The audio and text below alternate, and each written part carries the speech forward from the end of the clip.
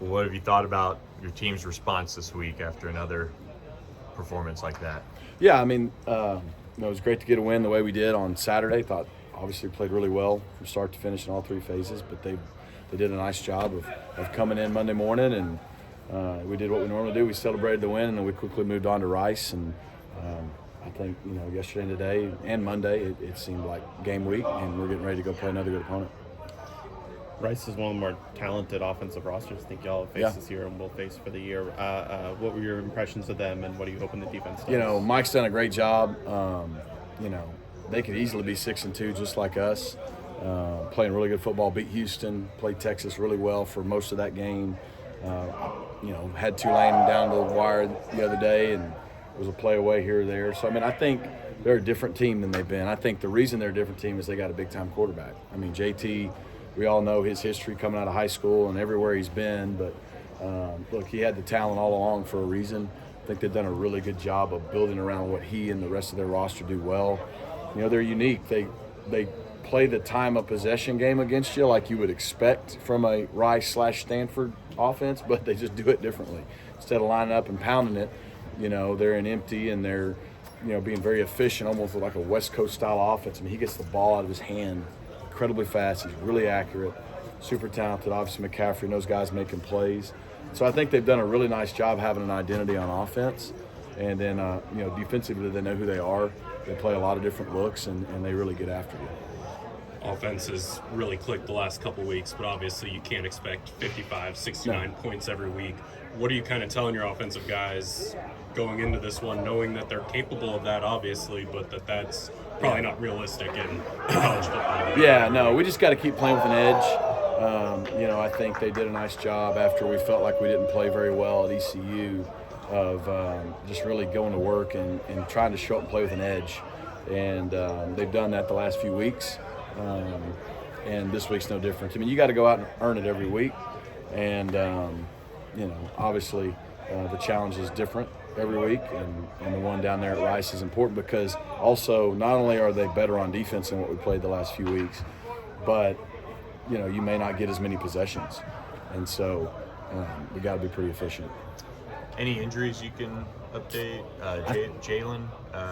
Jalen Davis Robinson taking. Oh yeah, okay, yeah. Smoke. He's Smoke. He's in the concussion protocol. Okay. Sorry, yes, Jalen Davis Robinson. Yeah, sorry, I should have said And we're just still in process. It'll probably be closer to game time if we know. I'd say 50-50 at this point. But he's doing better. And then I think Crossley will be available again this week if we need him. There's a chance Massey could be available this week if we need him. So I think offensively, I think everybody's in good shape from last week. So Teddy went out, but he's back. So overall, I think we're about like we were last week, with the exception of Smoke. Bryce McMorris.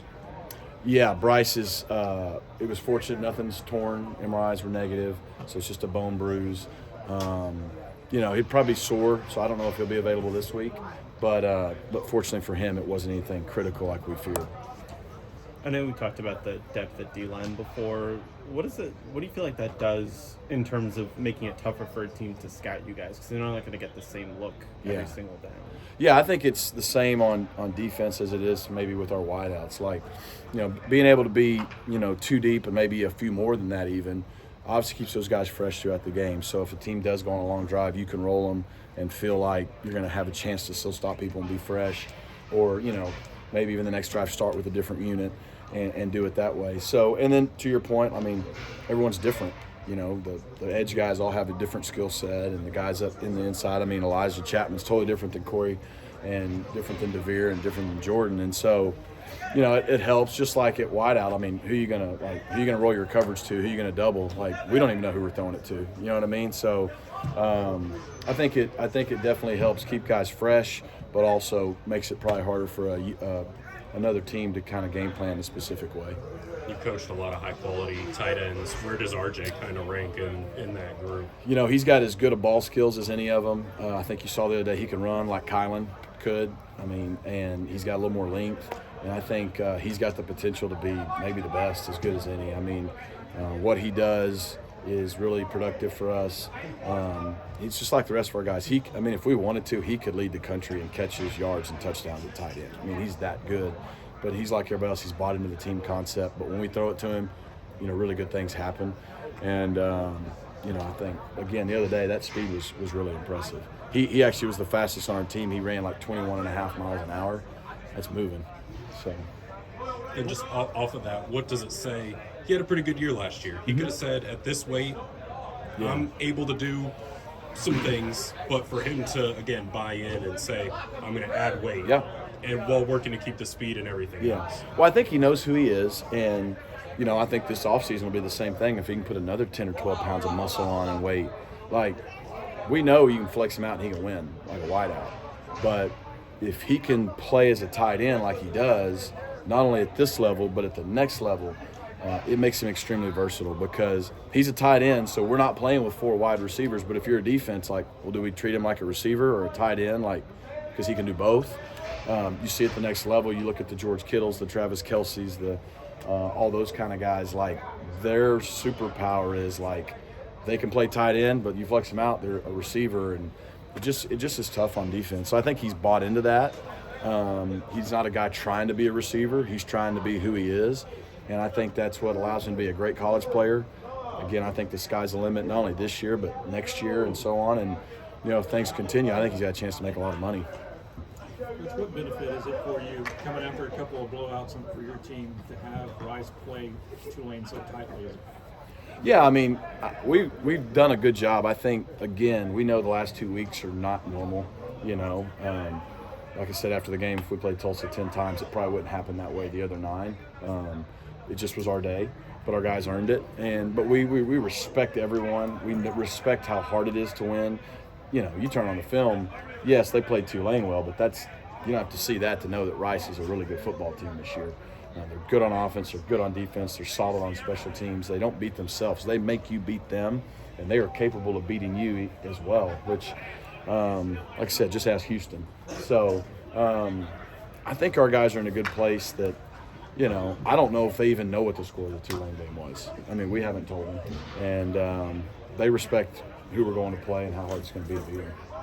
What have you been noticing from Teddy Knox and what he's been doing for the special teams? Yeah, he's huge. He's one of those guys we thought when the season started, Teddy, Tyler Levine, Isaiah Wakobe, who's also really stepped up on defense. There was just a bunch of guys that, they could be some core guys on teams. And whether it's being a gunner on punt team, the other day on the kickoff team, he's on our kickoff return and punt return as well.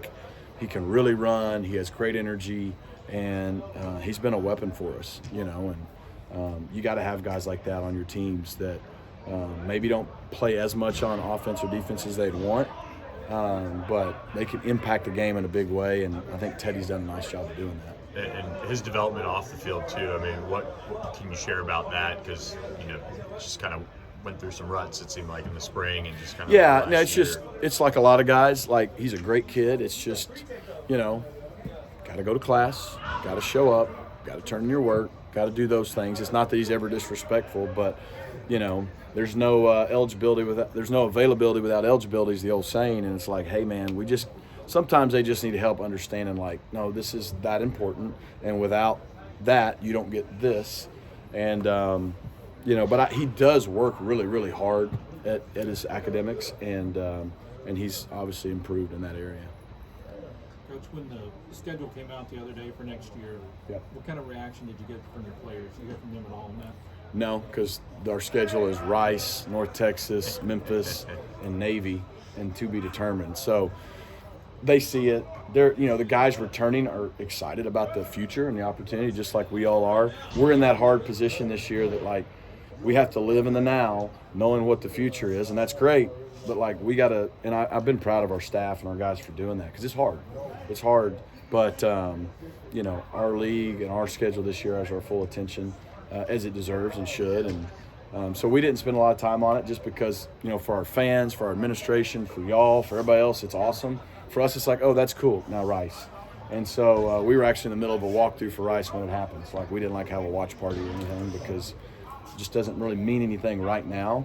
It's a huge deal for our future, but you'd have to ask them. I don't know what they think. and didn't ask them. With the goals you have of reaching the conference championship game, winning a conference championship, this stretch might be some of the most meaningful games kind of played around here in a while. Do these guys feel that pressure? Do you feel that pressure? Or are they just going out on Saturday to play football? You know, as you get closer to certain things in life, you may start to feel different. But we've really been focused on the championship process. We haven't said since our first team meeting in fall camp anything about the things you just said. You know, we're just because you have to stay present in the moment, and it's super hard to do that. Like, it sounds cool and coach speaky when you say it, but like, it's really freaking hard to do that. And I've been proud of them for doing that. And so it's easy to get distracted, and you're human, so it's going to but how quickly can you refocus and realize, man, we have to take care of what we can take care of this week, and we got to go down to Rice and try to get a third road win. I don't know when the last time was we were 3-0 in the conference on the road, and that's something that we want to do. And if you can keep doing those things, then you'll look up one day and maybe the big goal happens. Maybe it doesn't, because, I mean, this isn't boom or bust for us. We have a good football team. They've qualified for a bowl game. We have big goals, but you know what? There's a lot of teams that still have those goals.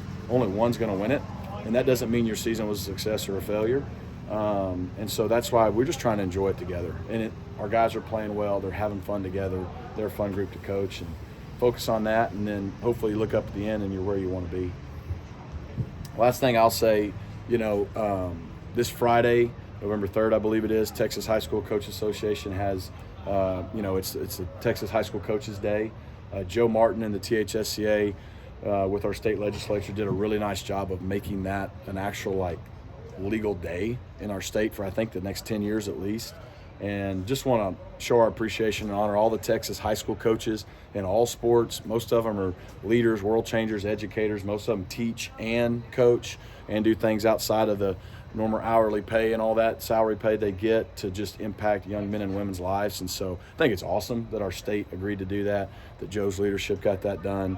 Because I know I coach because of what my high school coaches did for me and my teachers and all that. So I think it's really cool that we have a day, first Friday in November, that we're going to honor all the Texas high school coaches. And so we just want to tell them we appreciate them and think that's a great deal.